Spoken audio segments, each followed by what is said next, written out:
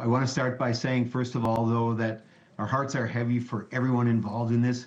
I'm watching your footage here of neighbors standing with questions, even as they grieve what's happened in their very neighborhood. And so all of us with heavy hearts watch this unfold. It's not a good moment in Minnesota history. It's not a good moment in our nation's history.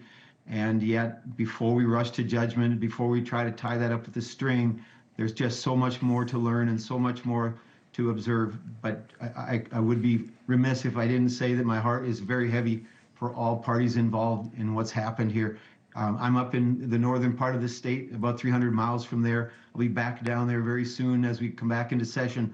But we're one state, we're one nation, and we're squarely behind those who are grieving. We're squarely behind those who are trying to work to make it safe and make Minnesota, again, a good place to live.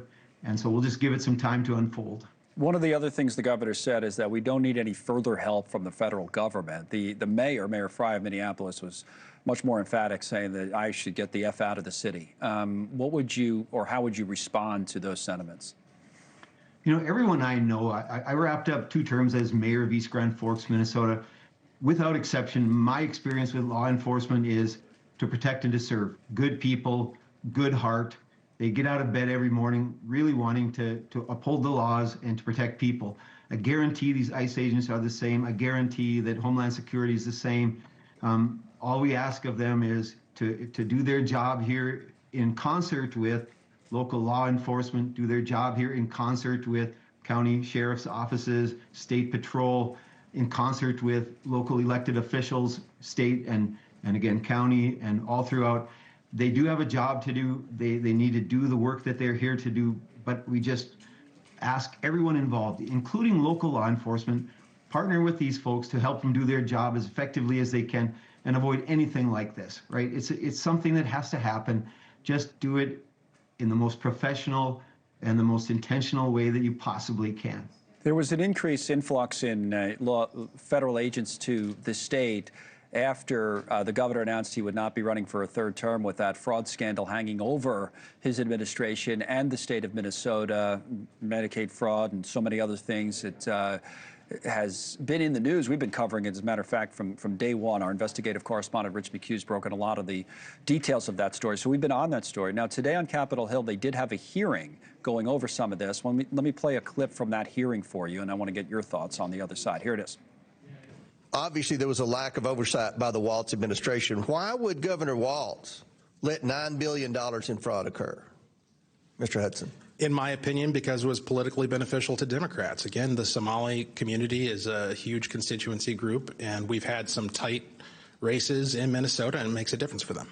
Again, that has, as like I said, has been all over the news and the headlines, and then you get more federal agents coming in, and you have what happened today. But your thoughts on where the scandal stands and what came out of that hearing, if anything, that stood out to you today?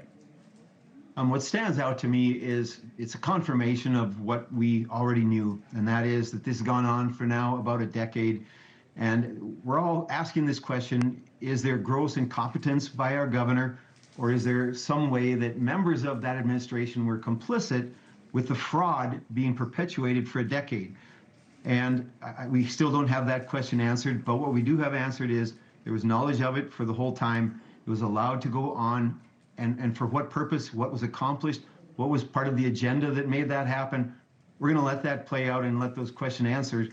However, I will tell you the sentiment of the people that I serve, Democrats and Republicans, saying our trust in this Walz administration has gone to 0. So it's really important that this goes on, and as tragic as today's events are, the work that's being done to uncover the billions of dollars in fraud, taxpayers paying way too much, and people who need these services who cannot get them because we can't afford to pay for these services with the leaky bucket, right? With the process of distributing funds going to fraud criminals so rampantly, we can't afford to perpetuate that. This has got to stop for the good of everyone.